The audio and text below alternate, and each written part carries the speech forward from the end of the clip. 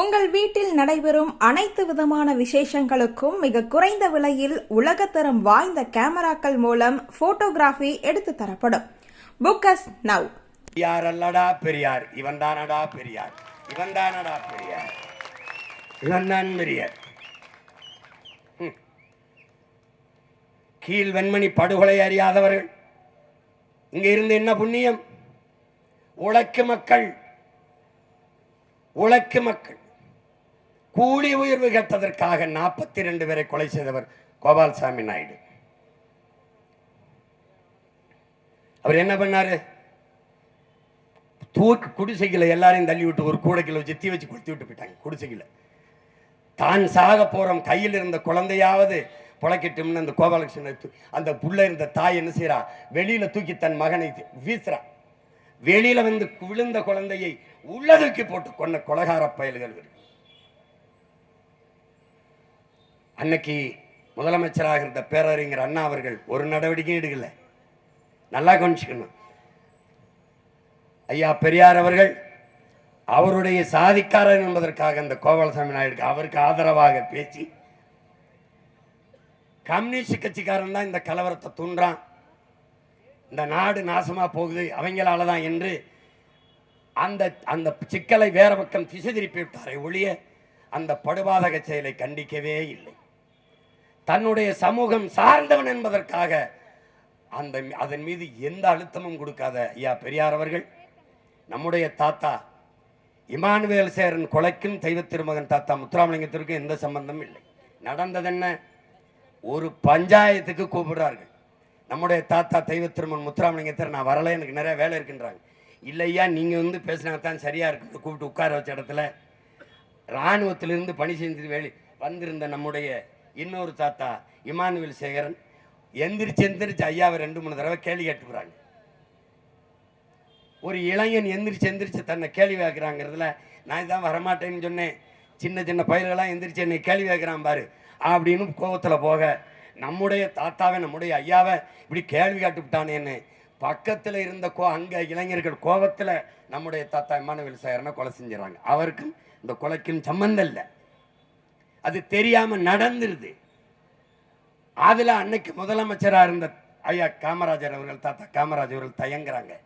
திரும்ப முத்துராமலிங்க திரையன் கைது செய்யல, முத்துராமலிங்க திரையன் கைது செய்யல, முத்துராமலிங்க திரையன் கைது செய்யல என்று சொல்லி கைது செய்ய வைத்தவர் ஐயா பெரியார். ஆனால் அந்த கீழ்வன்மணி படுகொலையில் இங்கே கொல்லப்பட்ட நம் தாத்தாவும் தேவேந்திரர், அங்கே எரித்து கொல்லப்பட்ட 42 பேரும் உழைக்கும் அடித்தட்டு மக்கள், தேவேந்திரர்கள் மக்கள்.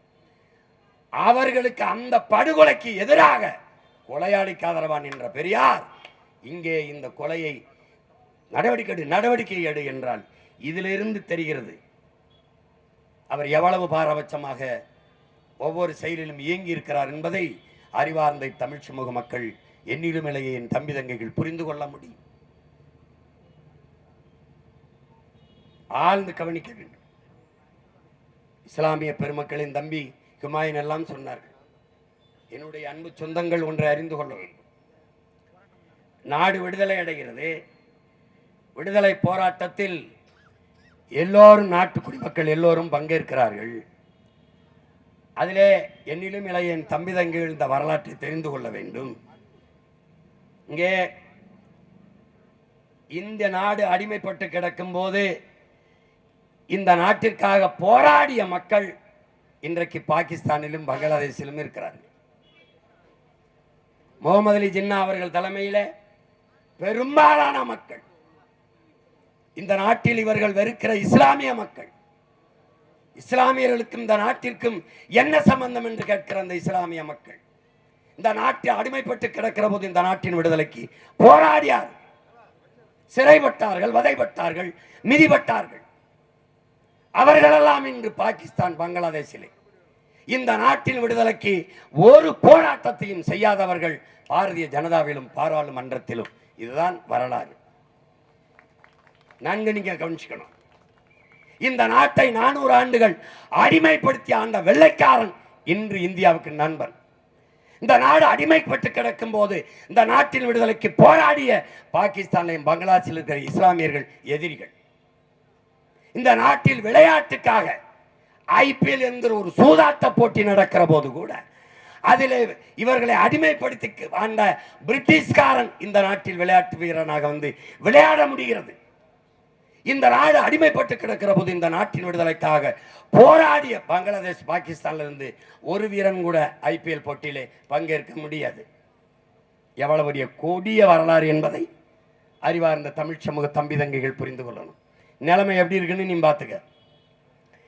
நாடு விடுதலை பெற்ற பிறகு, பாகிஸ்தான் தனிநாடாக போய்விட்ட பிறகு, இந்திய யூனியன் முஸ்லீம் லீக் அதனுடைய தலைவராக இருந்த லியாகத் அலி கான் அன்றைக்கு நம்முடைய தாத்தா கண்ணியமிக்க காயிதே மில்லத் என்றால் என் உடன் பிறந்தார்களே வழிகாட்டும் பேரொளி என்று பொருள்.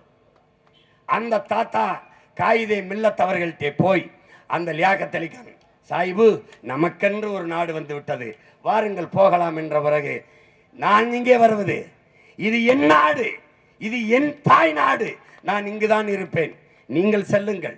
ஆனால் இங்கு வாழ்கிற இஸ்லாமியர்களுக்கு நீங்கள் ஏதாவது நல்லது செய்ய வேண்டும் என்று எண்ணினால், பாகிஸ்தானில் இருக்கிற இந்துக்கள், சீக்கியர்கள், கிறிஸ்தவர்கள், பௌத்தவர்கள் இவர்களை பத்திரமாக பார்த்து கொள்ளுங்கள், அதுதான் இந்த நாட்டு மக்கள் எங்களுக்கு நீங்கள் செய்யக்கூடிய நற்காரியம் என்று அனுப்பி வைத்தவன் எங்களுடைய தாத்தா காயிதே மில்லத் அவர்கள். அறிவார்ந்த பெருமக்களே, என்னிலும் இளைய என் தம்பி தங்கைகளே, நாடு விடுதலை பெற்ற பிறகு இந்த நாட்டின் ஆட்சி மொழியாக எந்த மொழி இருப்பது என்ற விவாதம் எழுப்பப்படுகிறது. அப்போது இந்திய மொழிகளில் மிக மூத்த மொழி, தொன்மையான மொழி எதுவோ அதுதான் ஆட்சி மொழியாக இருக்க வேண்டும் என்ற கருத்து முன்வைக்கப்படுகிறது. அப்போது ஒரு மகன் எழுந்து பேசுகிறான், இந்திய மொழிகளில் தொன்மையான மொழி எதுவோ அதுதான் ஆட்சி மொழியாக இருக்க வேண்டும் என்றால் தமிழ்தான் ஆட்சி மொழியாக இருக்க வேண்டும். இந்திய மொழிகளில் மிக மிக தொன்மையான மொழி தமிழ்தான். இதை எந்த வரலாற்று ஆசிரியனும் எந்த தொல்பொருள் ஆய்வாளனும் மறுக்க இயலாது. அந்த தமிழ் மொழி என் தாய்மொழி என்பதில் எனக்கு பெருமை என்று ஒரு மகன் பேசுகிறான். நேரு எழுந்து, விவாத அறையிலே இருந்த நேரு எழுந்து, சாஹிபு, நீங்கள் உருதை கேட்பீர்கள் என்று நினைத்தேன், நீங்கள் என்ன தமிழை கேட்கிறீர்கள் என்று அவர் சொல்ல.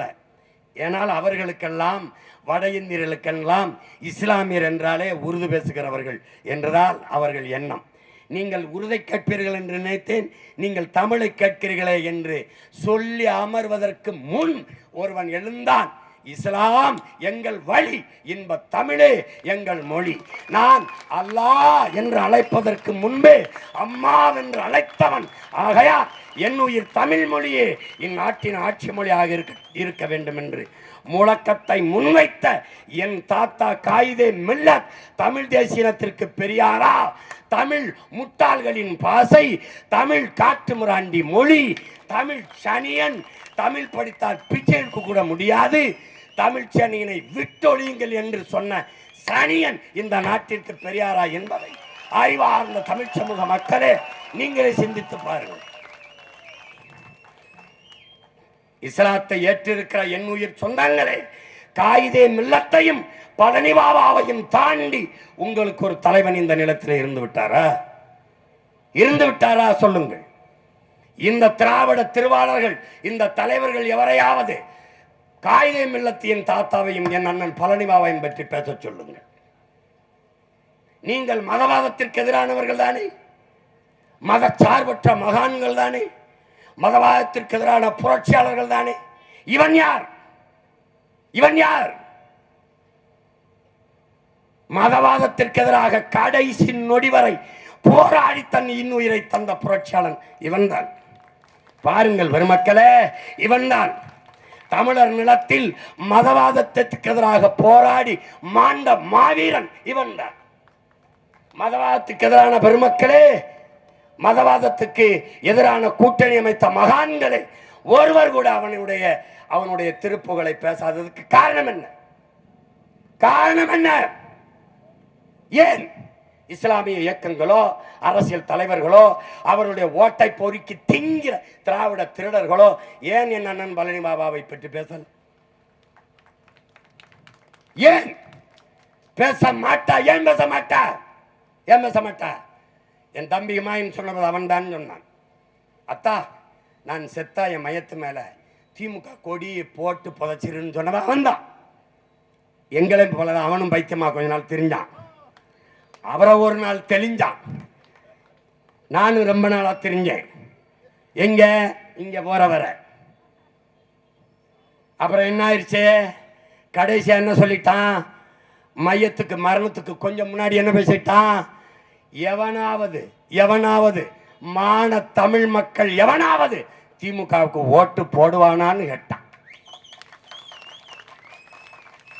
ஏன் கேட்டான், மானமுள்ள தமிழன் அதனால கேட்டான்.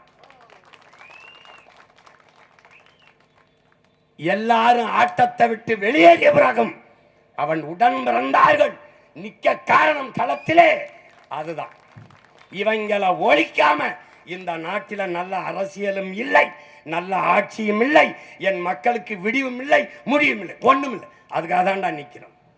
இந்த மைக் இல்ல, ஒரு பைக் இல்ல, ஒரு செங்கல் இல்ல, எதை கொடுத்தாலும் நிப்போம்டா சின்ன பண்ணி. ஏன்னா எங்களுக்கு சின்ன முக்கியம் இல்ல, நாங்க கொண்டிருக்கிற எண்ணம் தான் முக்கியம். அதான் நிக்கிறோம். உன்னால என்னை சமாளிக்க முடியல பாத்தியா? எப்படி பாத்தியா? நான் யாருன்னு தெரியுதா? என்னை பாரு, அவனை பாரு, என்னை பாரு. அவன் தொப்பியும் தாடியும் வச்சிருப்பான், அது ரெண்டு இல்லாம நான் நிற்பேன். என்ன அவன் கொஞ்சம் சிவப்பு, நான் கொஞ்சம் கருப்பு. ரெண்டு பேருக்கும் ஒரே ரத்தம் தான். என்ன ரத்தம்? தன்மானமிக்க தமிழ் ரத்தம், ஒரே ரத்தம். என் தாய் அவள் தாயும் ஒரு தாய் தான். யாரு? தமிழ் தாய். எங்களுக்கு குருதியில ஓடுதுரா, மானம் வீரம் அறம் எல்லாம் குருதியில ஓடுது. என்னை சமாளிக்க முடியல. என்னோட பேசுறவன், நான் பேசுறது பெரியார் பேசுனதை பேசுறேன். நீ என்ன செய்யணும்? வீரமகன் அங்க உட்காந்து பெரியார் அப்படிலாம் பேசல. சீமான் போய் சொல்றார், அதானே பேசணும். பிரபாகரனோட ஒரு நின்னது போய், டேய் பஞ்சாயத்து இங்க ஏடா பைத்தியக்கார பயல, நான் உன் வீட்டில் கல்லறிஞ்சா நீ என் வீட்டில் தாண்டா எரியணும். நீ என்ன பக்கத்து வீட்டுக்கார மேலே எறிகிறா? அவர் ஏண்டா போய் சொல்லிடுறா? நானாவது வெறுங்கையோட இருக்கேன், அதை இடுப்பில் பிஸ்டலோட இருக்கிறாப்புல. சும்மா இங்கே பாரு, நாங்கள் இராணுவ பேரேடு, நீ தடி குச்சியை வெண்டி தள்ளாடிட்டு வந்துக்கிட்டு இருக்கியா? திராவிடம் தளர்ச்சி விடுகிற போது தமிழ் தேசியம் பேர் எழுச்சி உருகிறது. நீ சேட்டை செய்யக்கூடாது தம்பி. நீ வேறு கேட்பது, அவர் ஏங்க பிரபாகரன் முன்னுக்கு கொண்டு வர்றாரு அப்படின்னு. அவன் தானடா முன்னாடி நிற்பான். திராவிடத்தின் குறியீடு திருட்டு, திராவிடத்தின் குறியீடு பெரியார் என்றால் தமிழ் பேரினத்தின் பெருந்தலைவன், தமிழ் பேரினத்தின் பெருங்காவலன், தமிழ் தேசிய அரசியலின் அடையாளம், முகம், முகவரி எல்லாமே தமிழ். நாம் தமிழர் கட்சிக்கில்லடாவன், தமிழ்நாட்டிற்கு மட்டுமல்லையாடாவன், உலகெங்கும் பரவி வாழ்கிற 13 கோடி தமிழ் தேசிய இனத்தின் தலைவனடாவன். அவன் எங்களுக்கு உருவம் அல்லடா, உலகம். அவன் எங்களுக்கு பேரல்லடா, வரலாறு. அவன் தானடா என் இனத்தில் அவன் தானடா அடிமை வாழ்வினும் உரிமை சாவு மேலானது என்று சொல்லி கொடுத்தவன் அவன் தானடா. சரணடைந்து வாழ்வதிலும் சண்டையிட்டு சாவது மேலானது என்று போதித்தவன் அவன் தானடா. நான் வீழ்ந்தாலும் சரி, என் இனம் எழுந்தால் போதும், நான் செத்தாலும் சரி, என் இனம் வாழ்ந்தால் போதும் என்று நின்றவன் அவன் தானடா. அவன் பின்னால் தானடா மான தமிழ் மக்கள், மான தமிழச்சி மாறிலே பால் குடித்த வீர பெருமக்கள். வீரனின் பின்னாடி தாண்டா நிற்போம். உனக்கு என்ன பிரச்சனை? அவனை எதிர்கொள்ள, என்னையவே எதிர்கொள்ள முடியல. நீ அவனை போய் பார்க்குற, அவன்கிட்ட போகாத. நீ பெரியார், உன் பெரியார் வச்சுக்கிறது வெறும் வெங்காயம். என் தலைவன் கையில் வச்சிருக்கிறது வெடிகுண்டு. இங்க பாரு, நீ பெரியாரின் வெங்காயத்தை என் மேல வீசு, நான் என் தலைவன் தந்த வெடிகுண்ட உன் மேல வீசுறேன். என்ன நடக்கும்னு பாரு. வச்சிருக்க என்ன வீசல, வீசினா என்ன ஆவாயின்னு பார்த்துக்க. நீ இங்க வர, உன்னைய புதைச்ச இடத்துல புல்லு கூட முளைக்காது. Be careful. சேட்டைய வேற எங்கேயாவது வச்சுக்க தம்பி. 1 கோடி எருமலை அடைகாத்த நெருப்புன்னு என் தலைவனை சொல்லுவான். அந்த நெருப்பு உமிழ்ந்து இருக்கிற துகள்கள் இங்க கூடியிருக்கிறவெல்லாம் பத்த வச்சு எரிச்சு விட்டு போயிட்டே இருப்பான். தம்பி, நீ என் இன பெருமையை, என் இன அடையாளத்தை, என் மொழியை, என் இன வரலாறை நீ திராவிட குப்பையை போட்டு 50 ஆண்டுகளாக மூடி வைத்திருந்தாய். பிரபாகரன் என்னும் பெருநெருப்பை கொண்டு வந்து அவன் பிள்ளை சீமான் பத்த வச்சு திராவிட குப்பையை எரித்துட்டாண்டா. தமிழ் தேசிய அரசியல் தீ பற்றி எரியுது தமிழன் நிறங்க. என்னை எதிர்கொள்ள முடியல. வாங்க அப்பாவும் மகன் இங்கே வந்து பேசு. நான் இந்த தெருவில் பேசுறேன், அந்த தெருவில் பேசுங்க. அதை பற்றி விழுப்புரத்தில் பேசுறது, திண்டிவனத்தில் பேசுறது, அந்த வேலையை இங்கே வரணும், இங்கே வரணும்.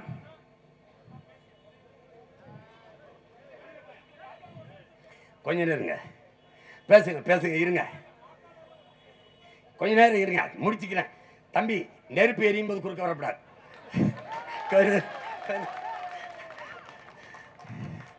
இருங்க இருங்க,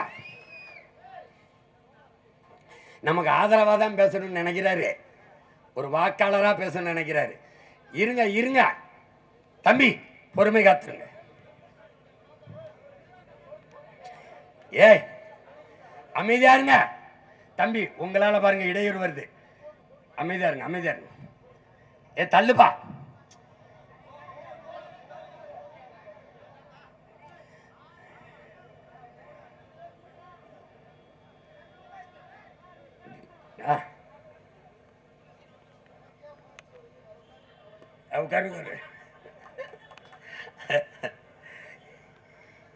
இது இது வந்து பாபா சாமி பிடிச்சி ஆடும்போது அதான் அது வந்து பெருசா ஒன்றும் சொல்றதுக்கு இல்லை. இன்னும் நிறைய இருக்கு. இன்னும் 8 நாள் கூட்டம் இருக்குல்ல, 8 நாள் கூட்டம் இருக்கு. நேற்றை விட இன்னைக்கு தொண்டை கொஞ்சம் சரியா இருக்கு. ஆனா தம்பி ரொம்ப கஷ்டம், ரொம்ப கஷ்டம். நாங்கள் திராவிட குப்பைகளை உரமாக்கி தமிழ் தேசிய மரத்தை வளர்க்கிறதுக்கு வந்த பிள்ளைகள் பெருமரமாக்கிட்டு தான் போவோம். என் அன்பு பிள்ளைகளுக்கு ஒன்றை நான் சொல்லுவேன். நம்முடைய முன்னத்தியர், நம்முடைய முன்னவன் புரட்சியாளர் பழனி பாபா சொன்னதை நீங்கள் மனதில் வைத்துக் கொள்ளுங்கள். என்னரும் தமிழ் மக்களே, நீங்கள் இன உணர்வு கொள்ளாதீர்கள், இன பற்று கொள்ளாதீர்கள், இன வெறி கொள்ளுங்கள். இல்லை என்றால் நீங்கள் ஆளப்படுவீர்கள், ஒருபோதும் ஆள மாட்டீர்கள். என்னரும் தமிழ் மக்களே, சாதி மதங்களாக பிளந்து பிரிந்து நின்றீர்கள் என்றால் நீங்கள் தனிமைப்படுத்தப்படுவீர்கள், அச்சுறுத்தப்படுவீர்கள். இனம் மொழியாக இணைந்து நின்றீர்கள் என்றால் நீங்கள் வலிமை பெறுவீர்கள், பாதுகாப்பாக வாழ்வீர்கள் என்றால். நீங்கள் வலிமை பெற வேண்டும், பாதுகாப்பாக வாழ வேண்டும் என்றால் நாங்கள் தமிழர்கள் என்ற தேசிய அடையாளத்துக்குள் திரள தொடங்குங்கள். இனிமேலாவது என் அன்பு மக்களே, வாங்கு சொல்லுகிற போது அந்த வாங்குமொழியை ஏக இறைவன் அல்லாஹ் கேட்டு அருள்வாளிப்பான் என்று நம்புகிற என் மக்கள், அதே நம்பிக்கையோடு இந்த எளிய பிள்ளைகள் இருகரமும் ஏந்தி ஏக இறைவனிடம் துவா செய்கிறோம். அல்லாஹ் எங்கள் இந்த பிள்ளைகளின் மனவழியையும் குமுறலையும் ஆதங்கத்தையும் அறைகூவலையும் கொஞ்சம் கேட்டு எங்களுக்கும் கொஞ்சம் அருள் கொடுங்கள். இந்த திராவிட திருட்டு இருளிலிருந்து எங்களுக்கு விடுதலை தாருங்கள். நீங்கள் இந்த மக்களுக்கு உணர்த்துங்கள் எது நல்லது எது கெட்டது என்று. நபிகள் வழியிலே நடந்து நல்ல அரசியலை இந்த நாட்டு மக்களுக்கு உருவாக்குவதற்கு பாடுபடுகிற இந்த பிள்ளைகளுக்கு ஏக இறைவன் எல்லாம் அல்ல அல்லாஹ் அருள்வாளிக்கட்டும். எங்கள் உயிர் அண்ணன் பழனி பாபா அவர்கள் தன் இறுதி மூச்சு வரை இந்த மண்ணுக்கு மக்களுக்குமாக உழைத்த மகத்தான மகன். அறிவார்ந்த பெருமக்களே, உங்களிடத்திலே ஒன்றுதான் சொல்வேன். மதவாதத்திற்கு சீமான் பெரியாரை எதிர்ப்பதென்பது மதவாத சக்திகளுக்கு ஆதரவாக போய்விடும் என்று பேசுகிறார். என்னை மட்டுமில்லை, இங்கே கூடியிருக்கிற என் தம்பி தங்கையில் தெரிந்து கொள்ளும்ல, என்னை மட்டுமில்லை, இவர்கள் ஐயா பெரியார் எத்தனை ஆயிரம் ஆண்டுகளுக்கு முன்பு தொல்காப்பியம் என்ற இலக்கண நூலை எழுதி வைத்த நம்முடைய மூதாதை தொல்காப்பியனை ஆரியன் அடிமை என்கிறார். நான் நேற்று வந்தவைய அவரே ஆரியன் அடிமைங்கிறான். வடவேங்கடம் தென்குமரை ஆயிடை தமிழ் கூறும் நல்லுலகு, சேயோன் மேய மாயோன் மேய காடுரை உலகு, சேயோன் மேய மைவரை உலகு, வேந்தன் மேய பெருமணல் உலகு, வர்ணன் மேய தீம்புணல் உலகு என்று 5 நிலங்களை பகுத்து வகுத்து தந்த வருமகனார் தொல்காப்பியனையே ஆரிய அடிமை என்கிறார். பிறப்பு ஒக்கும் எல்லா உயிருக்கும் என்றார் இல்லையே. மறைமொழியாளர் நம்முடைய வள்ளுவ பெருமகனாரை ஆரிய கூலி என்கிறார். கம்பனை, கபிலரை, இளங்கோவை ஆரிய கூலி என்கிறார். கடைசியாக என்னுடைய அருமை பாட்டன், உன்னுடைய அருமை பாட்டன், அரசனுக்கு அரசன் பெருவுடையார் கோயிலை கட்டித்தந்த பெருமகனார் நம்முடைய அருண்மொழி சோழன் நம் பாட்டனை ஆரிய கூலி என்கிறார். நாமெல்லாம் ஆரிய கூலி. பெரியார் யாரென்றால் திராவிட கூட்டாளி, ஆரிய கூட்டாளி. ஆரிய கூட்டாளி மட்டுமல்ல, அவர் ஆரிய அடிமை மட்டுமல்ல, ஆங்கிலேய அடிமையனாகவும் வாழ்ந்திருக்கிறார். ஆரிய கூட்டில்தான் அவர்கள் அரியணைக்கே வந்திருக்கிறார்கள்.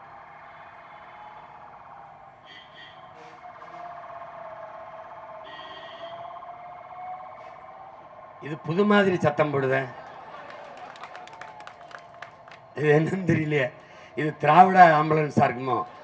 இருக்கும். இவர்கள் இது இவர்களுக்கு திமுகவையோ பெரியாரையோ திராவிடத்தையோ நீங்க எதிர்த்து விட்டால் அவனுக்கு இருக்கிற ஒரே கருவி ஆரிய கைக்கூலி, RSS கூலி, பிஜேபி கைக்கூலி, இதையே தான் பேசிருப்பான். நான் இவனுக்கு தான் பேர் வச்சிருக்கேன், போடா பிக்காலி அப்படின்னு. பிக்காலி